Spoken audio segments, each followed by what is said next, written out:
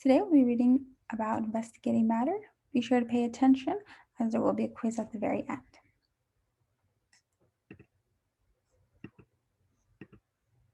Right, so what is matter? Everything around you is made of matter. Matter can be soft or hard. Matter can be any color. It can even be invisible. Everything in your classroom is made of matter. What are the three states of matter? Matter takes up space. It can be weighed. Solid objects are made of matter. So are liquids like water and gases like air. Solid, liquids, and gases are the three states of matter. All matter takes up space and can be weighed. Matter has mass. Mass is the amount of matter of an object is made of. A lot of mass is harder to lift than a small amount of mass. A big book is hard to lift because it has a lot of mass. Prove it. Find an empty jug and a water fountain. The jug looks empty, but it is filled with matter. Can you guess what the matter is? It's air. Air takes up space inside the jug, but the air doesn't have much mass. It's easy to lift the jug.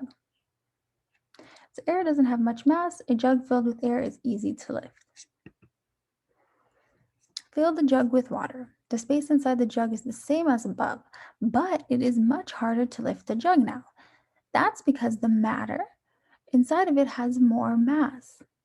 Water has much more mass than air. Matter is made up of tiny particles called atoms. Billions of atoms can fit on the period at the end of this sentence. All right. Atoms and molecules. Atoms can join together to form groups called molecules.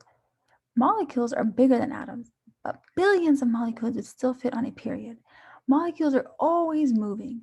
Some molecules have a lot of space around them, they can move freely. Other molecules are packed tightly together. They still move, but not as freely. Prove it with this experiment. And when we look here, we have oxygen and hydrogen, two hydrogen atoms, and one oxygen combined to form one water molecule. Experiment time. Stand in a big room with two friends. Spread your arms like airplane wings. Pretend to fly around the room. You have plenty of space. It's easy to move without bumping into your friends. Molecules with a lot of space around them don't bump into one another very often.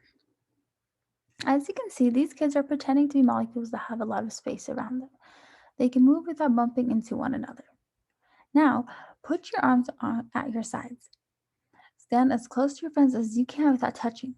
You are packed tightly together. You can't spread your arms without hitting one another, but you can still move. You can jump or shake up and down. You can shake or jump up and down. When you all move at once, you may bump into one another. Tightly packed molecules move the same way. If you stand very close to your friends, you can't move much without bumping into one another. So, Chapter 2, Taking Up Space. All matter takes up space. The amount of space that an object fills is called its volume. To find the volume of an object, you must know its length, width, and height. The volume of a solid is measured in cubic units, such as cubic inches or cubic centimeters. A cubic unit includes length, width, and height. Matter takes up space. What do we call the amount of space that an object takes up? A solid object's volume always stays the same. You can move the object or break it into pieces, but it still takes up the same amount of space. You can prove this. You will need 27 cubes of sugar. Sugar cubes are solid matter. Each sugar cube's volume is about 1 cubic centimeter. Experiment time again. Put the cubes in a line on a table. Each cube is about 1 centimeter long. So the length of the sugar line is 27 centimeters. But this measurement doesn't tell you the sugar's volume. You need two more measurements. Can you guess what they are? To find the volume, you must also know the width and height of the sugar. The width is 1 centimeter, the height is also 1 centimeter. Now you have all the measurements you need. First, multiply the width of the line by its height. 1 times 1 equals 1. Then multiply your answer by the line's length.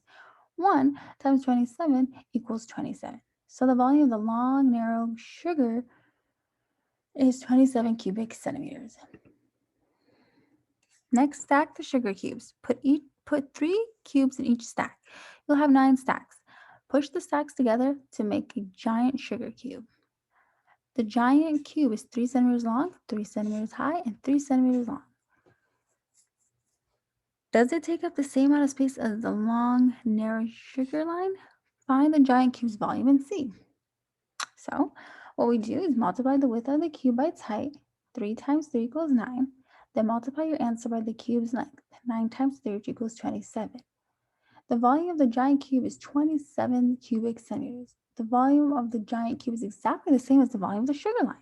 The cube just looks smaller because the sugar blocks were moved around.